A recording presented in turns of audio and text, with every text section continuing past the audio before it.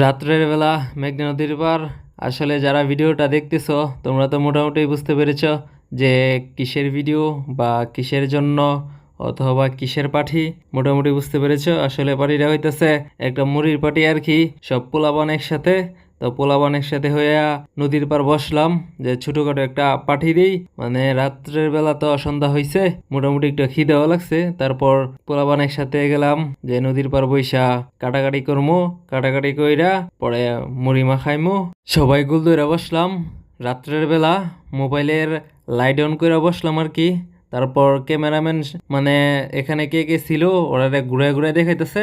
তো ক্যামেরাম্যানটা একটা নতুন ক্যামেরাম্যান ছিল, ওরাও দেখা নইব। মানে ওই ছিল ক্যামেরাম্যান, ওই ছেলেটা। মানে ক্যামেরাম্যান যে ছিল ওই একটু মানে বয়সের তুলনায় একটু পেকে গেছে বেশি। কিছু করার নাই, ওইটা মনে হয় প্রকৃতির সমস্যা, ওই জন্য একটু পেকে গেছে বেশি আর কি। তারপর এখানে কাটাকাটি হইতেছে, কাটাকাটি শেষ। তারপর এখানে সব কিছু মিক্স করাইব আর কি, চেনাচুর টেনাচুর যা কিছু আছে সব কিছু ডালা হইতেছে। আচার মশলা এটা সেটা লবণ টবণ পরে দিয়ে একসাথে মাখানো হইতেছে আর কি। মাখায়া পরে হইতেছে মুড়ি ডালা হইব, পরে আর কি আমরা একসাথে খামো। এখন এখানে হইতেছে মুড়ি ডালা হইতেছে, মুড়ি পরে একসাথে সবকিছু মিক্স করব, করার পর আমরা আস্তে আস্তে ধীরে ধীরে খাবো আর কি।